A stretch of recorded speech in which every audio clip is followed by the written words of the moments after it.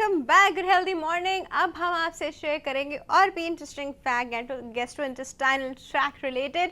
यहाँ जो फैक्ट मैं आपके साथ शेयर करना चाहती हूँ वो एक मिथ की तरह है, और वो लोग ये सोचते हैं कि जो लोग पतले होते हैं उनका स्टमक से छोटा होता है और जो लोग मोटे होते हैं उनका स्टमक बड़ा होता है। ऐसी कोई बात नहीं है, ये एक मिथ है, ये एक ऐसी सोच है जो हम लोग सोचते हैं। ऐसी कोई बात नहीं है। सबके स्टमक का साइज़ एक अडल्ट के स्टमक के साइज़ जैसा होता है। जो लोग थिन होते हैं उनकी अपनी एक उनके मल्टीपल रीजंस होते हैं। अगैन मल्टीपल रीज़न हो सकते हैं कि मैं काउंट भी नहीं कर सकती। और जो लोग मोटे होते हैं उनके भी मल्टीपल रीज़न होते हैं। स्टमक साइज़ सबका एक जैसा होता है, नहीं कभी कभी ये भी देखा गया है कि पतले लोगों का स्टमक साइज़ मोटे लोगों के स्टमक साइज़ से भी बड़ा होगा। तो ऐसी कोई बात नहीं है, मल्टीपल रीजंस हो सकते हैं। और दूसरा जो मैं आपके बहुत बहुत एक्सट्रीमली इम्पॉर्टेंट जो मैं आपसे बात करना चाह रही हूँ वो ये है कि हम लोग के बेली के राउंड में जो फैट जमा होती है तो उसको तो हम एक्सरसाइज करके वो सब कुछ करके ख़त्म कर सकते हैं। असल में जो ख़तरनाक फ़ैट है जो हम लोग को नज़र भी नहीं आ रही है वो वाली फ़ैट है जो हमारे ऑर्गन्स के अराउंड जम रही है। ओमेंटम हमारे स्टमक की एक लेयर होती है, उसके अराउंड उसने सारे हमारे ऑर्गन्स को जो है ना पकड़ के रखा हुआ होता है। तो जब उस हमारे ऑर्गन्स के अराउंड में फ़ैट जमना शुरू होती है तो वो हमें नज़र नहीं आती है, वो ज़्यादा ख़तरनाक फ़ैट है। तभी तो हम कहते हैं एक्सरसाइज तो करें, एक्सरसाइज से आपकी एक्स्ट्रा फैट ज़रूर जाएगी, बट आप उसके साथ साथ डाइट कंट्रोल भी तो करें। देयर इज़ अ रीज़न के आपके ऑर्गन्स के अराउंड में फ़ैट जमा हो रही है। ऑर्गन्स के अराउंड में जो फैट जमा होती है तो वो ज़्यादा डेंजरस होता है। डेफिनेटली वो ज़्यादा डेंजरस होता है, उसी से सारी कॉम्प्लिकेशन शुरू होती है। उसकी इंडिकेशन हमें इस चीज़ से ज़रूर मिल जाती है कि हमारी बॉडी में बाकी पूरी बॉडी में फ़ैट मास इंक्रीज़ हो रहा है। लेकिन अगर बाकी पूरी बॉडी में फ़ैट मास इंक्रीज़ हो रहा है तो आप सोच लें कि आपके ऑर्गन के अराउंड में फ़ैट जमना शुरू हो चुकी है, जो कि बहुत ख़तरनाक स्टेट तक चली जाती है। और एक और बात जो मैं आपसे करना चाहूँगी कि कुछ लोगों को हार्ट बर्न्स होते हैं, और इसकी एग्जांपल आप ऐसे ले लीजिए कि इवन कि प्रेग्नेंट फीमेल जो होती है उसको बड़ा हार्ट बर्न का प्रॉब्लम होता है, एसिडिटी का प्रॉब्लम होता है, बार बार उसे खट्टी ढकार जिसे कहते हैं वैसा होता है। हार्ट बर्न इज़ एक्चुअली खट्टी ढकार। तो वो होता ये कि जब उनके स्टमक में प्रेशर पड़ रहा होता है कि नीचे से एक प्रेशर आ रहा है डेफिनेटली बेबी का, तो उनको ये हार्ट बर्न फील होता है। तो फिर वो इस तरह उनको अजीब सी फीलिंग आती है, जैसे वो वॉमिट करने वाली है, गैग हो रहा है, मुंह में कुछ अजीब सा एसिड सा आ रहा है। This is heart burn. अब कुछ लोगों की फ़ैट यहाँ इतनी जम जाती है कि उनका हार्ट बर्न होना शुरू हो जाता है। तो हार्ट बर्न से छुटकारा हासिल करने का एक बड़ा आसान तरीका है कि आप लोग वहाँ से फ़ैट लूज़ कर लें। फ़ैट लूज़ कर लेंगे तो हार्ट बर्न आपका ऑटोमेटिकली ख़त्म हो जाएगा। वैसे तो हार्ट बर्न के मल्टीपल रीज़न है, लेकिन अगर हार्ट बर्न का कोई और रीज़न समझ ना आ रहा हो, डॉक्टर कह रहा हो बस आपको ऐसे ही होता है, तो सबसे पहले आप उसकी बेली पे फ़ैट नोटिस करेंगे कितनी है, कहीं उसको उसकी वजह से तो नहीं हो रहा। अगर लीन इंसान है तो दैट्स डिफरेंट, उसके तो मल्टीपल और रीज़न हो सकते हैं। लेकिन अगर लीन इंसान नहीं है और फैट है तो डेफिनेटली सबसे पहला स्टेप जो होना चाहिए तो फैट लूज़ करने का होना चाहिए। और फैट मैं आपको बताऊं कि मैं कोई बहुत ज़्यादा अगेंस्ट नहीं हूँ फैट के। इनफैक्ट कोई भी डॉक्टर फैट के अगेंस्ट नहीं हो सकता है, क्योंकि फ़ैट बहुत इंपॉर्टेंट है बॉडी में। मैं हमेशा बताती हूँ, एक तो बड़ी स्लो डाइजेशन होती है फ़ैट की। अगर आप प्रोटीन खाएंगे वो जल्दी डाइजेस्ट हो जाएगी, आप कार्बोहाइड्रेट लेंगे जल्दी डाइजेस्ट हो जाएगा, आपको जल्दी जल्दी भूख लगेगी। लेकिन जब हम फैटी मील खाते हैं ना तो वो स्टमक में ज़्यादा देर तक ठहरता है। और फ़ैट के मल्टीपल फ़ायदे हैं, फ़ैट से मल्टीपल चीज़ें बॉडी में बनती हैं, हार्मोन्स बनते हैं, एंजाइम्स बनते हैं, फ़ैट सॉल्युबल विटामिन फ़ैट के साथ एब्जॉर्ब हो जाता है। तो फ़ैट एज सच बुरी नहीं है, लेकिन excessive of everything is bad, but excessive of fat is extremely bad. और एक्सेसिव फैट को हटाने के लिए हम करते हैं एक्सरसाइज। तो चलते हैं एक्सरसाइज की तरफ।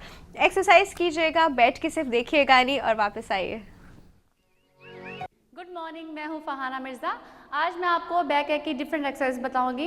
पहले मैं ये बता दूं कि बैक एक की प्रॉब्लम होती किस वजह से है। बैक एक डिफरेंट की प्रॉब्लम्स की वजह से हो सकता है। या तो आपका वजन बहुत ज़्यादा है, या ये कि आपने कोई उठते बैठते कोई गलत तरीके से किसी चीज़ को ज़मीन से उठाया है, या पोस्चर आपका गलत था उठाते वक्त, या ये कि कोई आपने एक्सरसाइज की उसका पोस्चर गलत था, या ये कि आपकी जो है वो इस तरह की एक्टिविटी फिजिकल एक्टिविटी नहीं है जितनी होनी चाहिए। फॉर एग्जांपल आपकी ज़्यादातर बैठने वाली जॉब है, 9 to 5 ऑफिस वर्क में ज़्यादा करते हैं, आपका इन्वॉल्वमेंट ज़्यादा फिजिकल एक्टिविटी की तरफ नहीं है। ये सब चीज़ें ऐसी हैं जिसकी वजह से आपकी बैक में हमेशा प्रॉब्लम रहती है। तो मैं आज आपको बैक की डिफरेंट एक्सरसाइज बताऊँगी। मुझे उम्मीद है आप ज़रूर इसको घर पर ट्राई करेंगे। इसमें क्या करना है, आपने अपने हाथ को यहाँ शोल्डर्स पे रखना है। बेशक आप इसको यहाँ पे भी रख सकते हैं। राउंड करें बैक को एंड हिप्स आउट, ठीक है, इन एंड आउट। इस बार आप देख रहे हैं मेरी जो बैक है बिल्कुल राउंड शेप में हुई हुई है, ठीक है। और अब मैं इसको बिल्कुल स्ट्रेच कर रही हूँ, इन एंड आउट,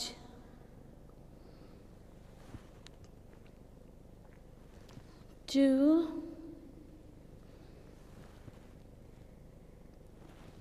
3,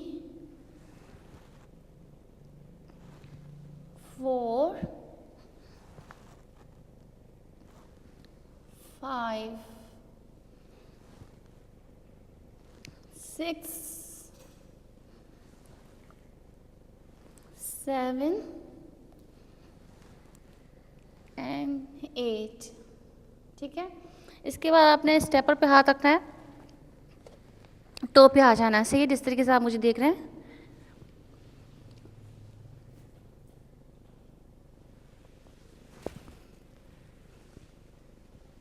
2,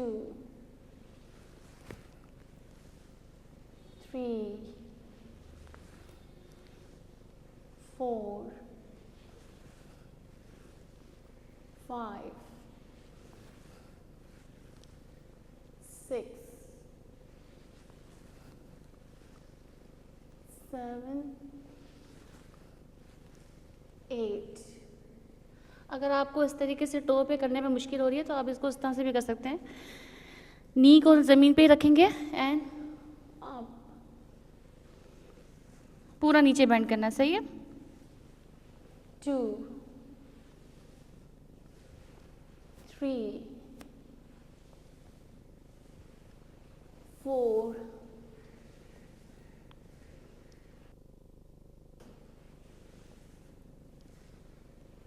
6,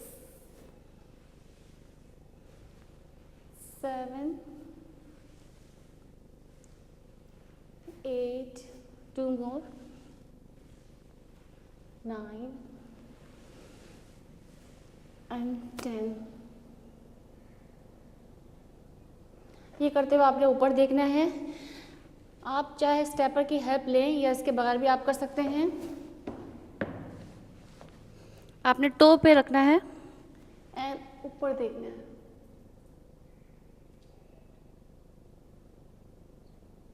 और होल्ड करना है। आप देखेंगे आपके बैक पे ज़बरदस्त किस्म का स्ट्रेच फील हो रहा है। इंशाअल्लाह ताला इससे आपको ज़रूर अफाका होगा। इसके बाद आपने क्या करना है, दोबारा इसी पोजीशन में आएंगे और नीचे की तरफ आएंगे, ठीक है। रिलैक्स करेंगे।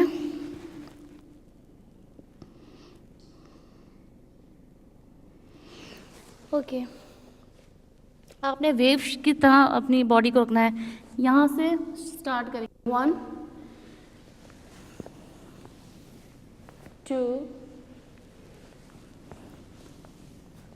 3, 4,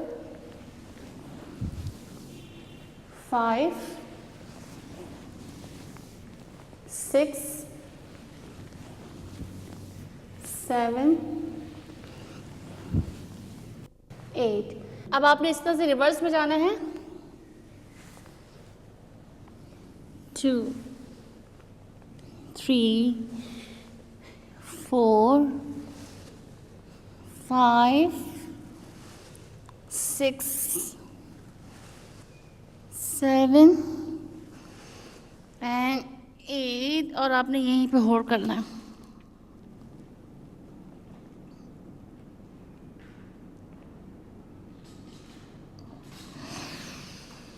ओके, इसके बाद आपने क्या करना है, इसी तरीके से हम बैठेंगे।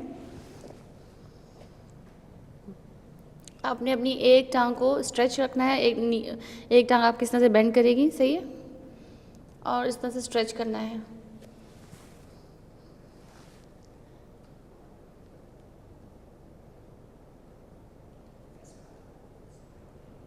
थोड़ी देर तक आपने यहाँ पे होल्ड रखना है और चेक करें कि आप कहीं डिसबैलेंस तो नहीं हो रहे हैं। अगर आपको ये एक्सरसाइज करने में मुश्किल हो रही है तो मैं वो भी बता देती हूँ कैसे करनी है।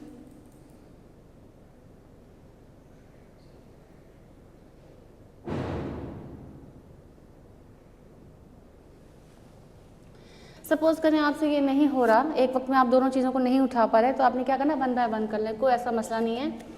पहला स्टेप आप ये कर लें,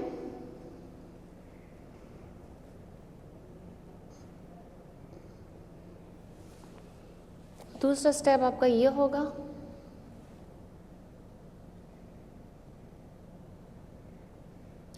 जब आप देखें कि आप बैलेंस हो गए हैं, आप सही तरीके से एक वक्त में दोनों चीज़ों को यानी कि अपने हाथ को और टांग का इस्तेमाल सही तरीके से फोकस करते हुए आगे स्ट्रेच कर सकते हैं, तो मूव अप 2 3 4 5 6 7 8 8 7 6 5 4 3 2 1 एंड नीचे। उसके बाद साइड चेंज करेंगे,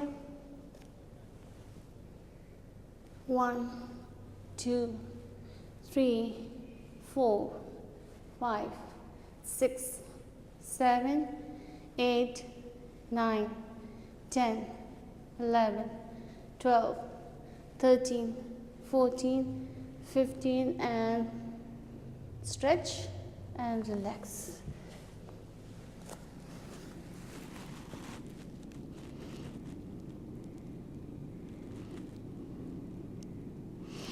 थोड़ा सा स्टेप को आगे करेंगे, हाथ को आगे लेके जाएंगे और नीचे स्टेप स्ट्रेच करेंगे।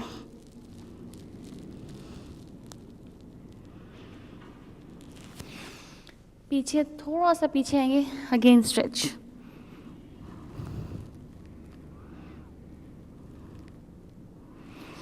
और थोड़ा पीछे आएंगे, अगेन स्ट्रेच।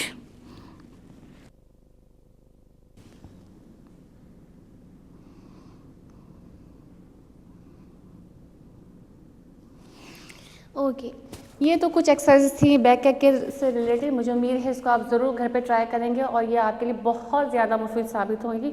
मुझे इजाज़त दीजिए, खुदा हाफिज़।